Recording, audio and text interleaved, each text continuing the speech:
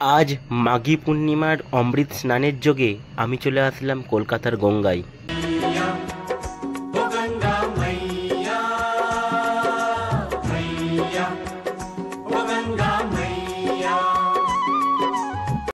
শুনেছি বাবুঘাটের গঙ্গায় স্নান করলে নাকি সকল তীর্থের স্নানের ফল মিলে। কারণ কেদারনাথ, বদ্রীনারায়ণ, গঙ্গোত্রী, যমুনোত্রী, এমনকি প্রয়াগরাজ মহাকুম্ভের পবিত্র জলধারা নিয়ে এসে মা গঙ্গা কলকাতার এই বাবুঘাট দিয়েই বয়ে চলেছেন।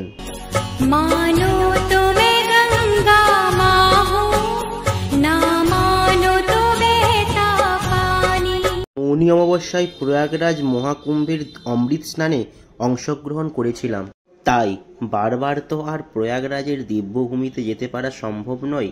সেই কারণে আজ কলকাতার বাবুঘাটে চলে আসলাম।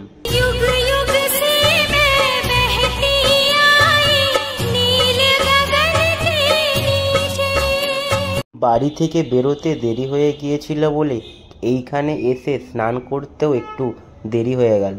বাড়ির কাজ সেরে ঘাটালের সেন্ট্রাল বাস স্ট্যান্ডে বেলা 11টার হাওড়া বাস ধরে চলে আসলাম হাওড়া। রাস্তা জামের কারণেই হাওড়া ঢুকতেই বাস বাজিয়ে দিল 2:45। তারপরে ওইখান থেকে হেঁটে হেঁটে চলে আসলাম বাবুঘাটে। বাবুঘাট আসতে আমার 3:30 4:45 বেজে গিয়েছিল, তাই অত ভিড় ছিল না। মনের শান্তিতে স্নান করে ফিরে চলে আসলাম।